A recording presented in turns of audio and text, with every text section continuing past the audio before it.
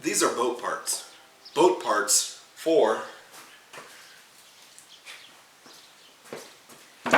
this engine, which is the one I tore apart in the last video. Now, I need to reassemble this thing in kind of a time crunch. I have about 2 weeks from the time this video was filmed to get this done. They say you work well under pressure, right?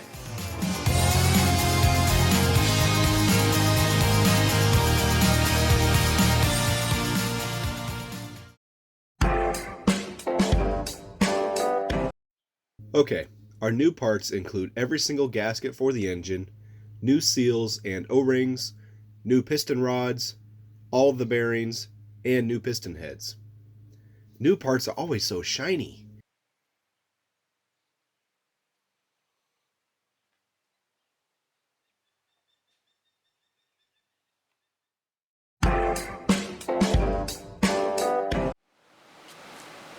These are the carburetors off the boat engine, one per cylinder. I think that's pretty cool.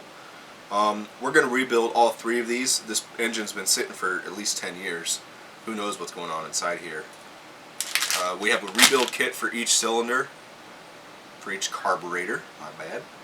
And we're going to start with this one here. This was for cylinder number 3, which I'm calling the lowest cylinder, and that's the one that had the bearing failure on it. So I wonder if maybe something inside here prevented fuel flow from happening there because of the 2-stroke system. Let's tear it apart and see what we find. There are 4 screws that hold the fuel bowl to the carburetor. With the bowl removed, we have access to the float and the seat. On this carburetor, for cylinder 3, the needle seat was stuck and took some working to remove. The float inside the bolt is supposed to open and close this needle seat to control the amount of fuel getting into the carburetor. If the needle seat is stuck closed, fuel won't get in, which means no lubrication got to the cylinder 3 bearings, which let them fail and bind the engine. That's our culprit right there.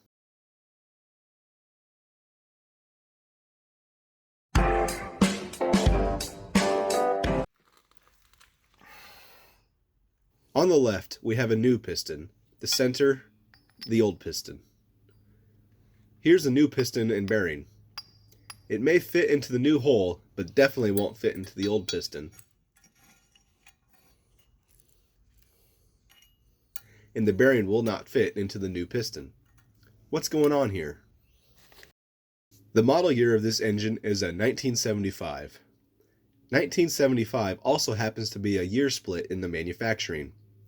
That means, depending on the date of manufacture, a 1975 engine would still use 1974 parts. And that's what happened here. The new parts kit I ordered is for 1975 and up, just not my 1975. Fortunately, the only different parts I need are the piston rod bearings. A quick email to the company and they had the correct parts on the way. Because of this, we're now down to 1 week left to get everything running again. When I pulled the crankshaft out during the teardown, there was some bearing material that transferred to one of the crank journals.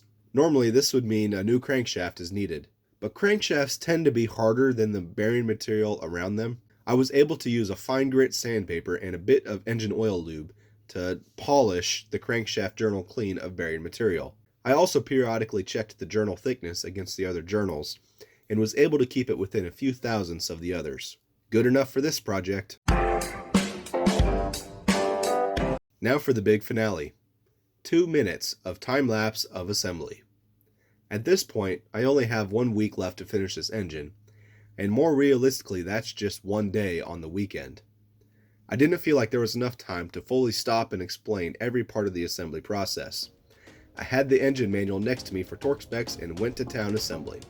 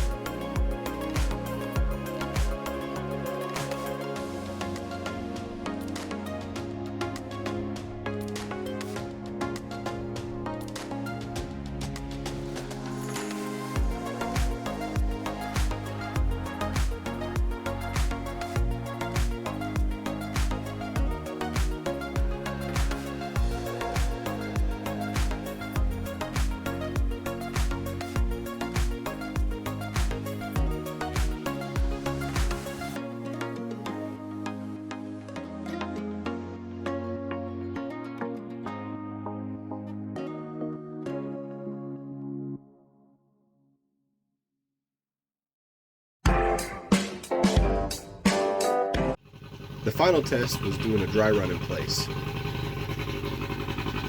I'd call that a success.